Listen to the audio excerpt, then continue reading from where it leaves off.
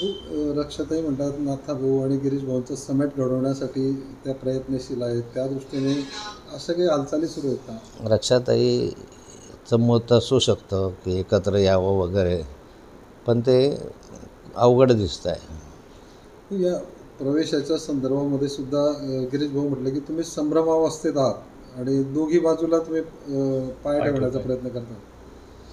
मी संभ्रमावस्थेत हे तर माहीतच आहे, कारण मी कन्फ्यूज आहे मी सांगितलं.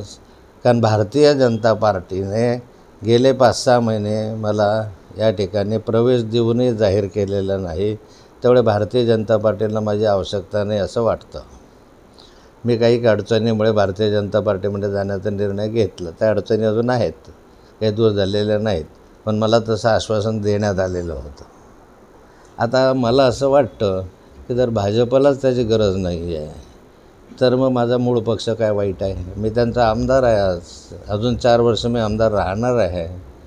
त्यामुळे भाजपने जर मला हे नाही केलं तर मग माझा मूळ पक्ष बरा आहे ना, मी राष्ट्रवादीत जाईल म्हणजे मी राष्ट्रवादीचा सदस्य आज आहे. मी राष्ट्रवादी पक्ष सोडलेला नाही. आता मध्यंतरी आपण 4 दिवसापूर्वी एक भूमिका स्पष्ट केली होती की जर भाजपने मला प्रतिसाद दिला नाही तर मी राष्ट्रवादीतच काम करणार आहे. दरम्यानच्या काळात काही भाजपने आपल्याशी काही संपर्क केला किंवा काही झालं किंवा आपलं मन वळवण्याचा प्रयत्न केला गेला असं काही आहे?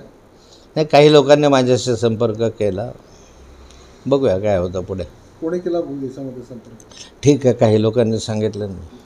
राष्ट्रवादी आपलं भाजपाच्या प्रवेशवरून गिरीश महाजन असे म्हणालेले आहेत की नाथाभाऊंचा जर प्रवेश वरच्या लेवलला झालेला आहे तर आम्ही वरच्या लोकांचं ऐकणार नाही, असं होणार आहे का? वरच्या लोकांनी आम्हाला सांगावं की नाथाभाऊंचा प्रवेश झालेला आहे म्हणून. मला असं दिसतं की जे पी नड्डांच्या हस्ते माझा प्रवेश झालेला आहे आणि जे पी नड्डांनी ते सांगायला हवं आहे. परंतु ज्या ठिकाणी खालचे देवेंद्र फडणवीस असतील, गिरीश भाऊ महाजन असतील, हे जर त्याला विरोध करत असतील तर मला वाटतं जे पी नड्डांपेक्षा मोठे गिरीश महाजन आणि देवेंद्र फडणवीस असावे पार्टीमध्ये. चंद्रकांत पाटलांना नीतिमत्ता तरी आहे का? आमदार चंद्रकांत पाटील हा पूर्वी शिवसेनेचा अध्यक्ष होता, नंतर निवडणुकीमध्ये अपक्ष उभा राहिला. शरद पवार साहेबांच्या मदतीने त्याने तो निवडून आला. नंतरच्या कालखंडामध्ये उद्धव बाळासाहेब ठाकरे यांच्याकडे गेला. त्याच्यानंतरच्या कालखंडामध्ये आता माननीय शिंदे साहेबांकडे त्याने प्रवेश केला. नेमकं किती वेळा कोणाचे नवरे बदलवले तू? कुणाला बोलतो तसा? तुझी नियत आहे, तुझी नीतिमत्ता आहे का? ज्या राष्ट्रवादीच्या बळावर तू निवडून आलो त्यांना टांग मारून तू परत म्हणतो मी उद्धव बाळासाहेब ठाकरेंचा आहे, नंतर म्हणतो मी आता शिंदे साहेबांचा. नेमका आहे कुणाचा? सरड्यासारखे रंग तू बदलतो का मी बदलतो? मी तर अजून कुठल्याच पक्षात गेलेलो नाही.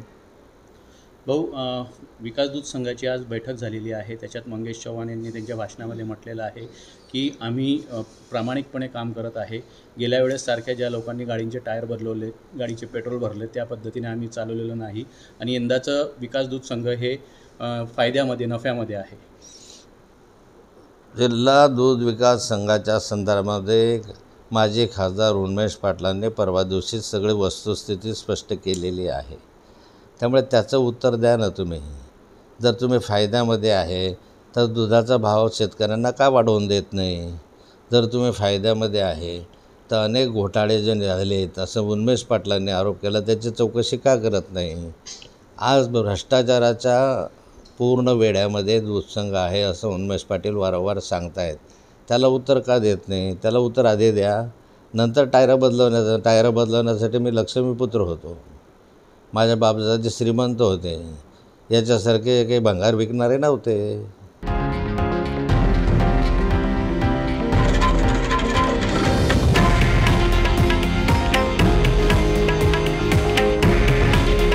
हे आहे देशातील नंबर 1 न्यूज नेटवर्क आणि आपण पाहत आहात TV9 मराठी.